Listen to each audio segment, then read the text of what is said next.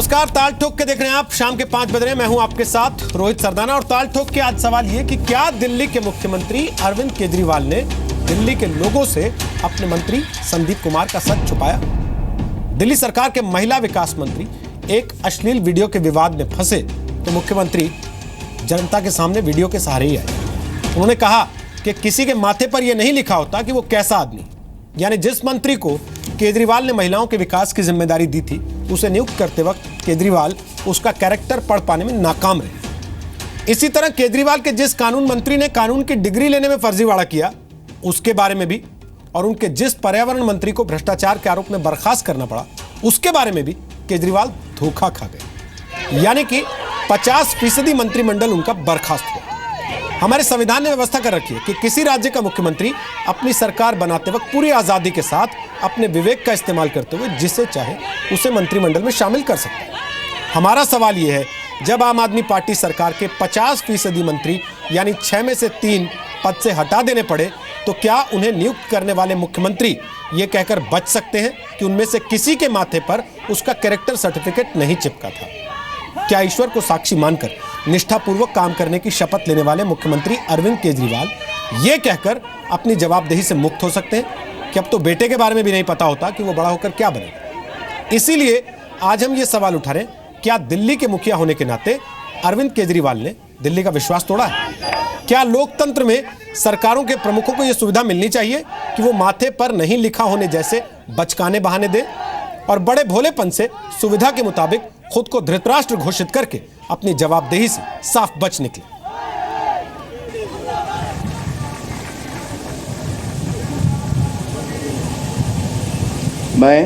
मैं संदीप कुमार ईश्वर की शपथ लेता हूं कि मैं विधि द्वारा स्थापित भारत के संविधान के प्रति सच्ची श्रद्धा और निष्ठा रखूंगा।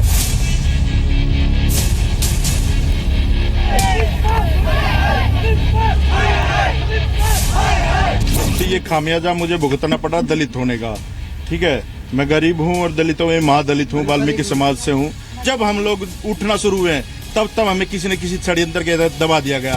मैंने अपना नैतिकता के आधार पर इस्तीफा दिया है। आम आदमी पार्टी का मैं पहले भी सिपाही था, आज भी सिपाही हूँ, और मेरी वजह से आम आदमी पार्टी पे कभी कोई कलंक नहीं लगेगा। ये साजिश है और इसकी जो है ना जांच होनी चाहिए। वीडियो मैंने भी देखा था, उसमें हल्का सा आदमी, मैं यार 150 किलो का आदमी शुरू से ही इतना तगड़ा रहा हूँ। किसी के माथे पे नहीं लिखा कि वो कैसा है, तो कोई क्या करेगा अपने बेटे के बारे में नहीं पता कि बेटा बड़ा होके क्या करेगा, गलत काम करेगा नहीं करेगा, किसी का क्या भरोसा। उस व्यक्ति ने मुझे बताया कि ये सीडी अरविंद केजरीवाल को दिखाई गई है, लेकिन इसके ऊपर कार्रवाई नहीं की है। 20 दिन पहले की बात है। अरविंद साफ कहा करते थे, योगेंद्र जी क्यों इतनी हाई मोरालिटी की बात करते हैं, चुनाव में तो ऐसे ही लोग जीतते हैं। अरविंद केजरीवाल के अंदर जरा सी भी नैतिकता है, कोई जरा सी भी अगर पारदर्शिता है, तुरंत अपने पद से इस्तीफा देना चाहिए। 6 में से 3 इनके मंत्री खुद हटाए गए अलग अलग इतने संगीन चार्जेस की वजह से, तो इसकी जिम्मेवारी भी तो किसी की होनी चाहिए। ताल ठोक के आज का हमारा पहला सवाल, क्या केजरीवाल ने अपने मंत्री संदीप कुमार का सच छिपाया है? दूसरा सवाल, क्या केजरीवाल ने दिल्ली का विश्वास तोड़ा है? तीसरा सवाल, क्या आम आदमी पार्टी ने दिल्ली की महिलाओं को धोखा दिया है? और ताल ठोक के आज का चौथा सवाल, जब मंत्रियों पर कंट्रोल नहीं है तो दिल्ली कैसे कंट्रोल करेंगे केजरीवाल? तो आपको बता दें, आज ताल ठोक के हमारे साथ बात करने के लिए कौन कौन लोग हैं। विजेंद्र गुप्ता हमारे साथ हैं, वो बीजेपी के नेता हैं, दिल्ली के रोहिणी विधानसभा क्षेत्र से बीजेपी के विधायक हैं, पार्टी की राष्ट्रीय कार्यकारिणी की सदस्य हैं। रागिनी नायक हमारे साथ हैं, वो कांग्रेस पार्टी की प्रवक्ता हैं, वो दिल्ली यूनिवर्सिटी स्टूडेंट्स यूनियन की अध्यक्ष रह चुकी हैं। मोनिका अरोड़ा हमारे साथ हैं, वो सुप्रीम कोर्ट की वकील हैं, कई मामलों में वो जनहित याचिका दायर करती रही हैं। 90 के दशक में दिल्ली यूनिवर्सिटी स्टूडेंट्स यूनियन की अध्यक्ष वो भी रह चुके हैं।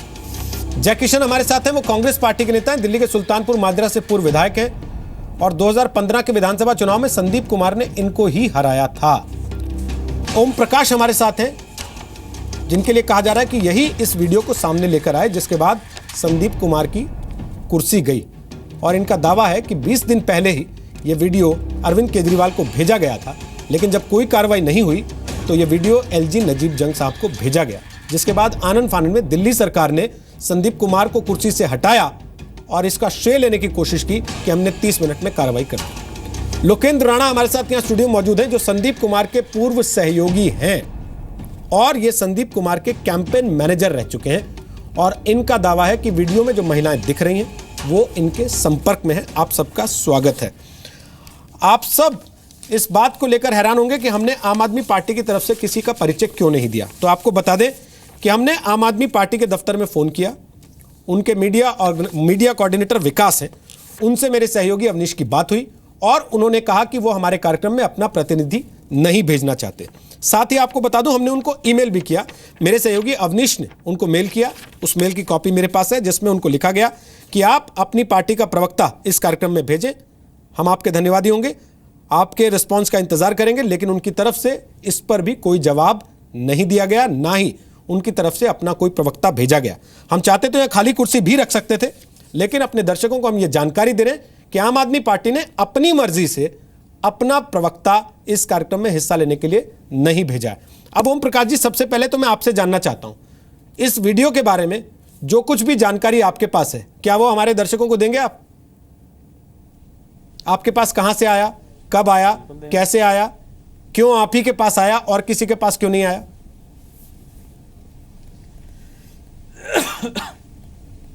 ये करीब 4-5 दिन पहले एक व्यक्ति मुझको उसको दे के गया था वीडियो को, और एक लिफाफे के अंदर एक ये वीडियो थी और कागज़ भी थे कुछ।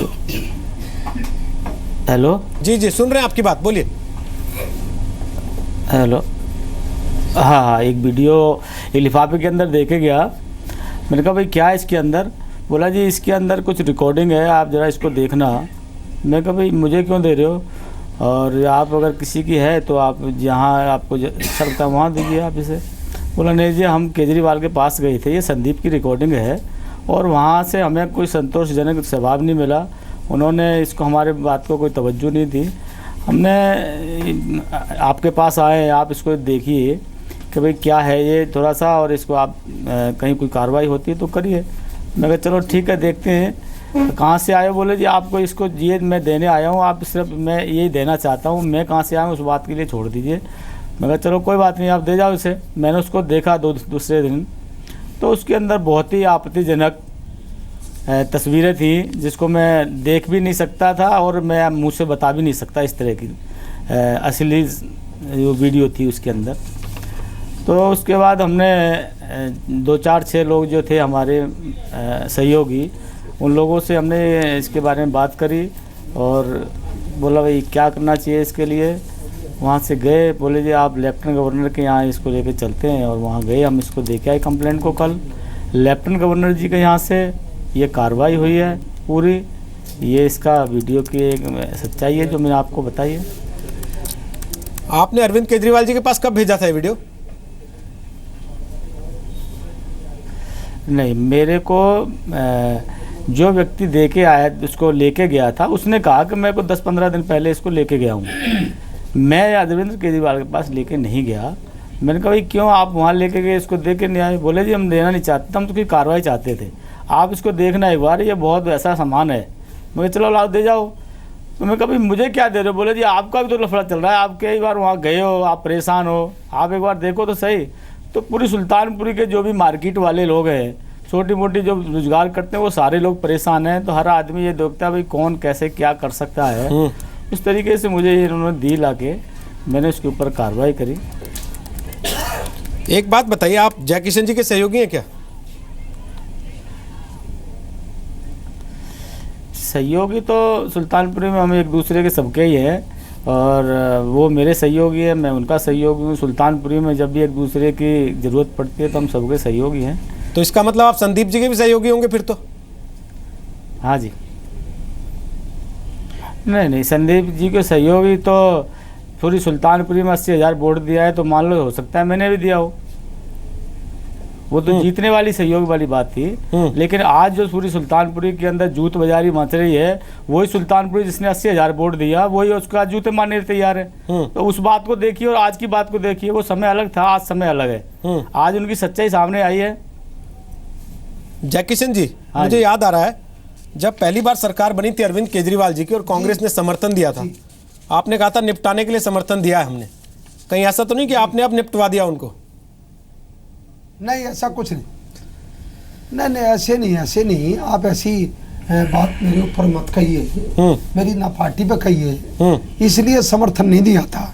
मैं बेअनुभवी अज्ञानी व्यक्ति नहीं हूँ, मैं सियासत से गिरा हुआ नहीं हूँ, मैं नैतिकता धर्म ईमान को समझता हूँ, मैं अधर्मी नहीं हूँ, मैं झूठा नहीं हूँ, मैं बच्चे की कसम खा करके गद्दी हथियाने वाला नहीं हूँ, मैं झूठ बोल करके ये कहने वाला नहीं हूँ कि मुझे सत्ता दे दो, मुझे मुख्यमंत्री बना दो, मैं तनख्वाह नहीं लूंगा, मैं गाड़ी नहीं लूंगा, मैं घर नहीं लूंगा, मैं स्कूटी नहीं लूंगा, मैं हर काम जनता से पूछ कर करूंगा, मैं वो काम करूंगा जो आज तक किसी ने नहीं किया।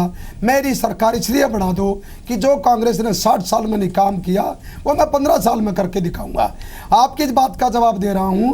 हमने समर्थन इसलिए दिया था कि जो काम कांग्रेस ने 60 साल में नहीं किए, अरविंद केजरीवाल की सरकार, बीजेपी से तो हमारा कभी तालमेल हो ही नहीं सकता, लेकिन उन्होंने झूठ बोल करके जो दिल्ली के लोगों को गुमराह करके झूठे नारे देकर सत्ता हथियाई थी, उसके लिए हमने दिल्ली के लोगों के हितों के लिए हमने इसको समर्थन दिया था कि 60 साल में हमने तो नहीं किया है, तुम 15 दिन में करा के दिखा दो, तुम ऐसा लोकपाल ला दो, तुम स्वराज ला दो, पुरानी बात छोड़िए ना, बिजली आज का बताइए ना, जय किशन जी सीडी कहां से आई है? तुम जो 500 स्कूल 500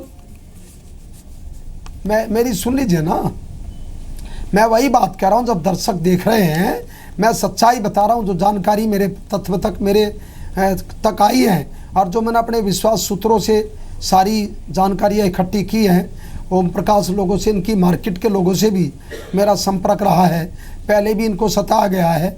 दरअसल इनका जो टकराव हुआ है एक ओम प्रकाश से नहीं हुआ है, दिल्ली के बहुत सारी गैंग के साथ, दिल्ली के बहुत सारे कर्मचारी अधिकारियों के साथ, दिल्ली के बहुत सारे व्यापारियों के साथ, दिल्ली की जनता की बहुत सारी जनता और लोगों के साथ बहुत बड़ा धोखा अरविंद केजरीवाल ने और आम पार्टी के भ्रष्ट नेताओं ने, बहुत सारे लोग आम पार्टी में लफंगर भ्रष्ट नेता हैं।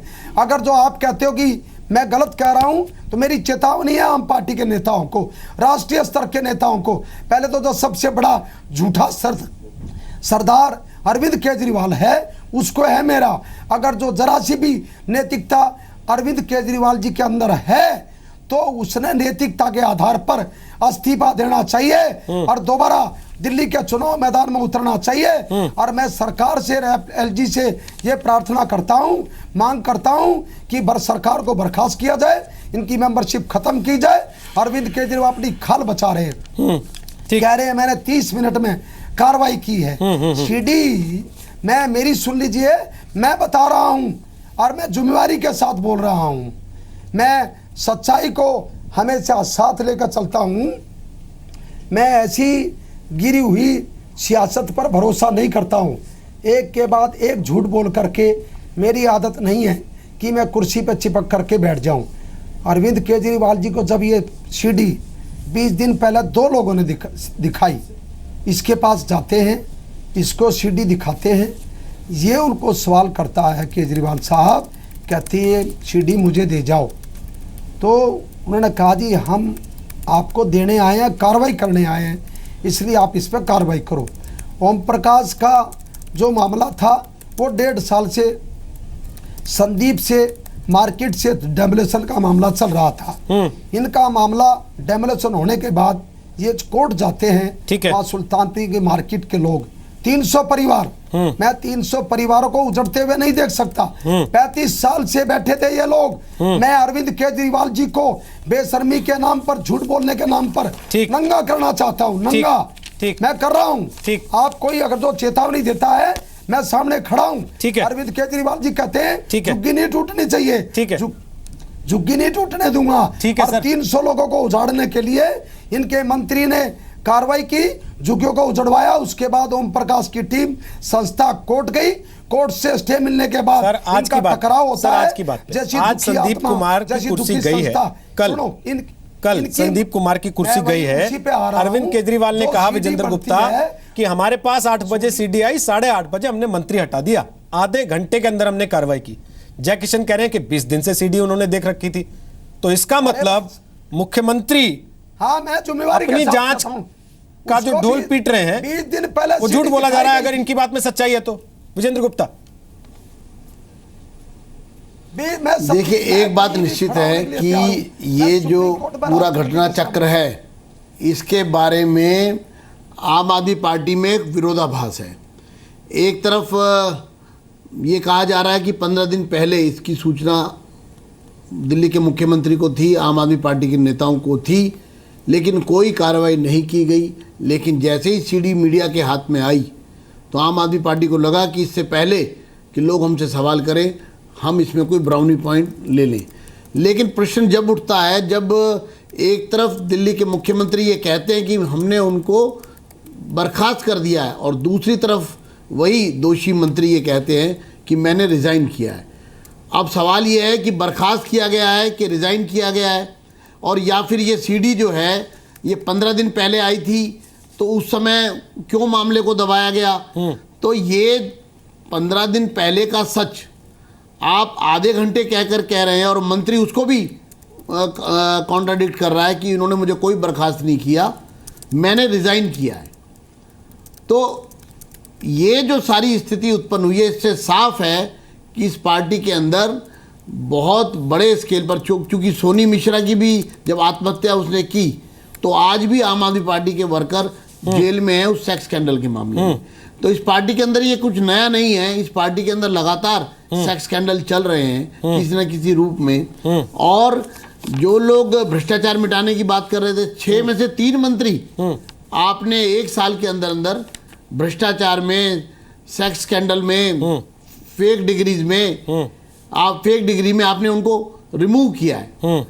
तो 50% कैबिनेट और 67 में से 6 लोग जब आपने चुने होंगे तो डेफिनेट है आपने बेस्ट स्टफ चुना होगा जो आपके पास अवेलेबल है, चूंकि मंत्री बना रहे हैं आप। ठीक है, लेकिन अगर 67 में से 6 चुने हुए चेहरे उनमें से 50% को आप भ्रष्टाचार और सेक्स स्कैंडल में रिमूव कर रहे हैं तो इसका मतलब ये पार्टी में भ्रष्टाचार बड़े स्तर पर व्याप्त है। सर लेकिन एक रागिनी नायक, मैं आपसे जल्दी से कमेंट लेता हूं और इस पूरे मामले में ये मामला सिर्फ संदीप तक सीमित नहीं है। ठीक है, संदीप ने वो वीडियो भी बनाई है, अश्लील वीडियो, जिसमें वो महिला को उन्होंने अश्लील वीडियो बनाकर उसका चरित्र हनन भी किया। सर आपने लिखा तो क्या ब्लैकमेल किया गया महिला को? ट्वीट किया कि मैं इस मामले में एफआईआर कराऊंगा। किया आपने ट्वीट किया कि मैं इस मामले में एफआईआर कराऊंगा। लोकेंद्र हमारे साथ हैं, वो कह रहे हैं कि वो महिलाएं इनके संपर्क में है। बिल्कुल, क्या वो कानूनी कार्रवाई करेंगी या नहीं करेंगी इस मामले में? हम मोनिका जी से पूछेंगे इसका कानूनी पहलू क्या है, लेकिन उसके पहले जल्दी से रागिनी नायक के कमेंट में आपसे लेना चाहता हूं। जिस सरकार का आधा मंत्रिमंडल बर्खास्त हो अलग अलग वजहों से, क्या उस सरकार के मुखिया पर यह सवाल नहीं उठेगा कि इनको चुनाव करना नहीं आता, इनकी क्षमता, इनकी योग्यता खुद सवालों के घेरे में फैसले लेने की, कि इन्होंने आदमी गलत चुने और बाद में ये सफाई देते हैं कि इनके माथे पे नहीं लिखा था? बिल्कुल, आप जितना सटीक आपका सवाल है उतना ही हास्यास्पद केजरीवाल जी का जवाब है जब वो ये कहते हैं कि हमें तो ये भी नहीं पता कि हमारा बेटा बड़ा होके क्या बनेगा।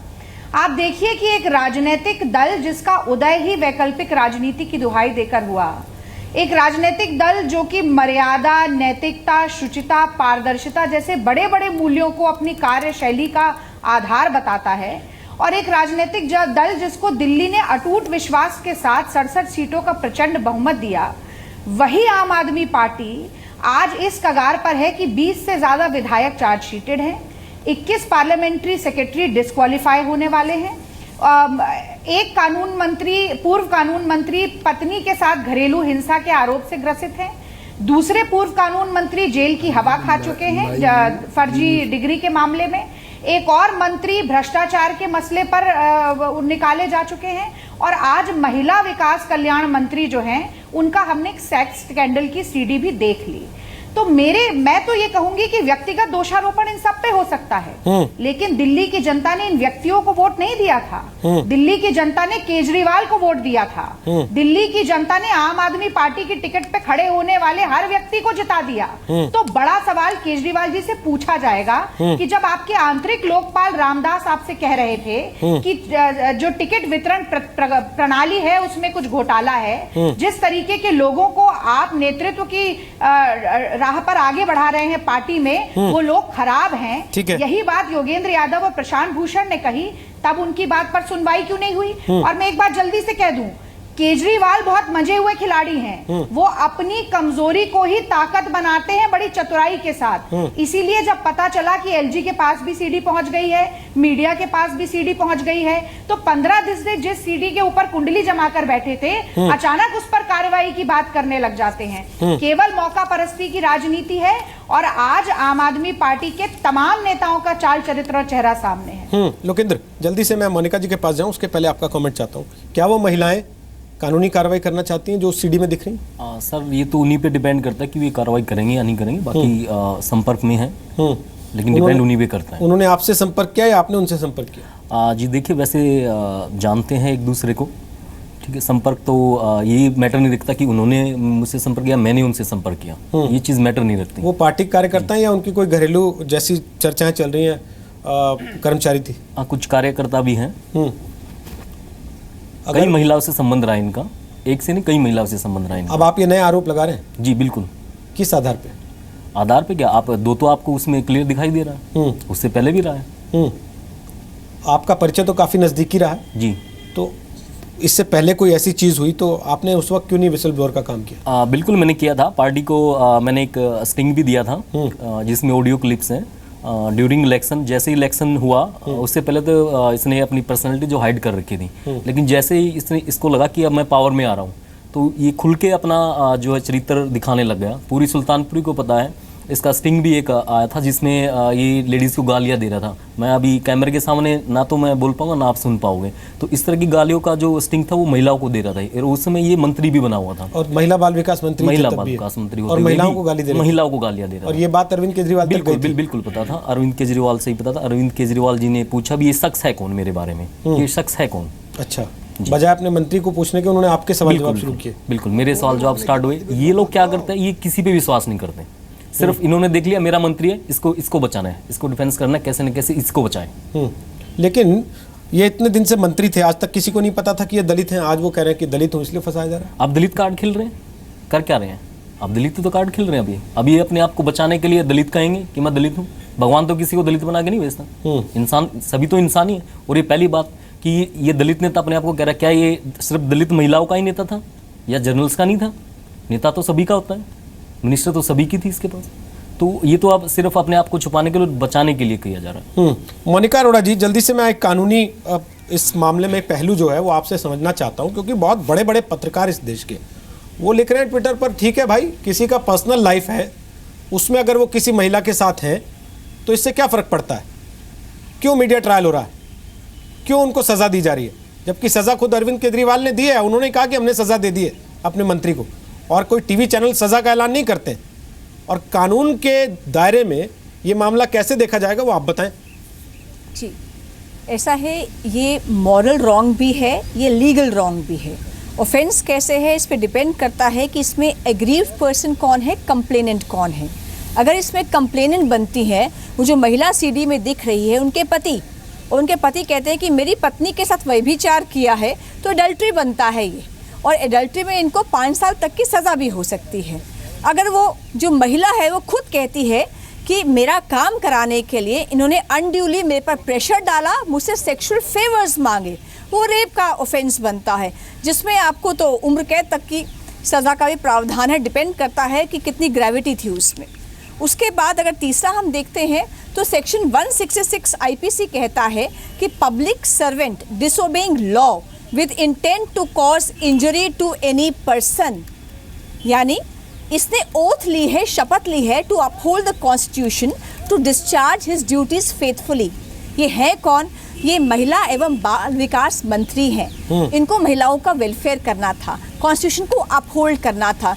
अगर किसी पर अनड्यू प्रेशर डाल के इन्होंने फेवर्स उनसे मांगे हैं तो सेक्शन 166 आईपीसी के तहत ये क्रिमिनल ऑफेंस बनता है और इनको 1 साल तक की सजा हो सकती है। बाकी डिस्क्वालीफाई तो हो ही सकते हैं मॉरल टर्पिट्यूड के अंतर्गत। तो सेक्शंस कई सारे हैं, डिपेंड करता है कंप्लेनेंट कौन है। कंप्लेनेंट वो महिला है, महिला का पति है, या कौन है कंप्लेनेंट? कंप्लेनेंट एक तो विजेंद्र गुप्ता जी हो सकते हैं, हमारे साथ बैठे हैं। उन्होंने ट्वीट किया कि मैं इस मामले में शिकायत दर्ज कराऊंगा, एफआईआर करूंगा।